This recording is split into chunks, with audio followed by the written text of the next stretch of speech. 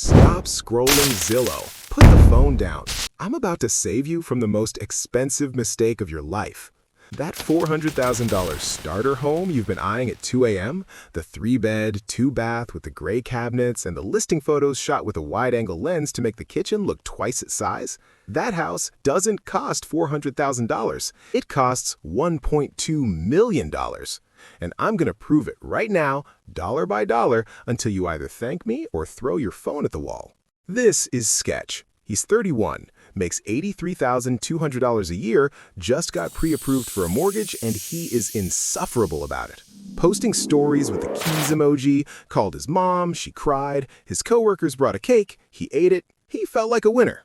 Sketch thinks he made the smartest financial decision of his life. He didn't. He just volunteered to be an unpaid maintenance man for a bank, and he's going to spend the next 30 years proving it. Sketch buys a $400,000 suburban house, built in 2004, original carpet, a kitchen that was updated, meaning someone slapped gray paint on the cabinets in 2019 and called it modern farmhouse.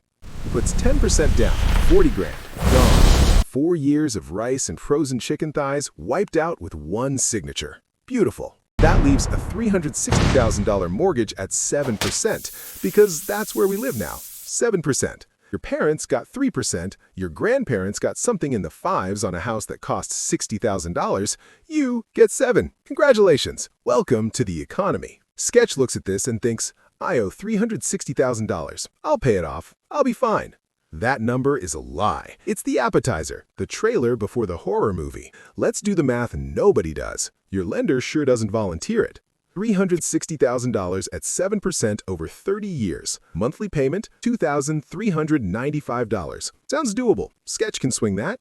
But multiply that by 360 months. $862,200. He borrowed $360K, he's paying back $862K. That's $502,200 in pure interest, over $500,000, just for the privilege of borrowing money. That's not a mortgage, that's a subscription service to being broke. The world's worst Netflix plan, and you can't cancel without selling everything. More than half of every dollar he pays over those 30 years doesn't touch his house, doesn't build equity, doesn't go into his walls or his roof. It goes into a bank's quarterly earnings report so their CEO can buy a boat named liquidity. But the mortgage isn't even his biggest problem. Sketch thought the mortgage was the cost of owning a home. Every first-time buyer thinks this. It's not. The mortgage is the cover charge. The real expenses sneak in through the back door and never leave. Property taxes, roughly $4,400 a year on a $400K home. And here's the fun part. They go up every single year. Every time your county wants a new rec center or a roundabout nobody asked for, guess whose wallet they open? Yours. Over 30 years with reassessments and rate bumps, $160,000 for the right to keep living in the house you're already paying the bank for. You're essentially renting from the government even after you own it. Insurance. In 2026, premiums are through the roof. Ironic, since that's what they're supposed to cover. $2,500 to $4,000 a year, depending on where you live. Some people in Florida and California can't even get coverage anymore. Insurers are just leaving, hacking up. Good luck with the hurricanes, Kevin. Over 30 years, $90,000 for a payout you're praying you never need. Maintenance, the 1% rule. Budget at least 1% of your home's value per year. That's $4,000 minimum. Sounds abstract until your water heater dies in January, or your roof starts expressing itself during a rainstorm, or 3 plumbers diagnose the same leak differently and they're all charging $90 just to look at it. And don't forget, you went to Home Depot for a light bulb and spent $300.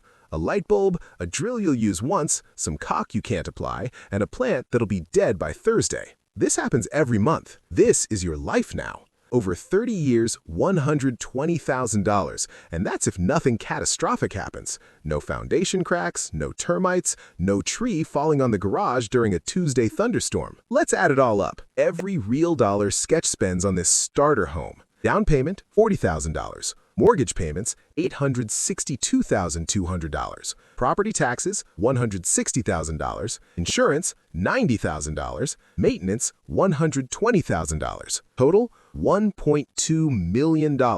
For a starter home, the one with the HOA president who measures your grass with a ruler and sends you a passive-aggressive letter when your trash cans are visible on a non-trash day. That's not a starter home, that's a financial prison sentence with a garage. And I haven't even touched opportunity cost. That $40,000 down payment, dropped into an index fund averaging 10% annually for 30 years, it'd be worth roughly $700,000. Sketch didn't invest it, he used it to buy the right to start paying interest. Fantastic. I'm not saying never buy a house, I'm saying understand what you're actually signing. The banks, your parents, that one coworker who won't shut up about equity, they all frame homeownership as the finish line. You made it. You're building wealth. No, you're building someone else's wealth for the first decade of that mortgage. Go look at your amortization schedule. Year 1, almost 80% of your payment is pure interest. You're barely scratching the principal. You're basically renting from the bank, but now you have to fix the toilet. The American dream isn't dead, it just costs $1.2 million, requires a 30-year commitment, and comes with a lawn you have to mow every Sunday or your neighbor files a complaint. So before you buy, do the real math, not the Zillow math, not the monthly payment looks doable math, the actual, full, ugly, all-in math. Because a starter home shouldn't be the thing that finishes you. If this made you feel something, probably dread, hit subscribe. We do this every week. Next time we're talking about car loans. It's worse. It's so much worse.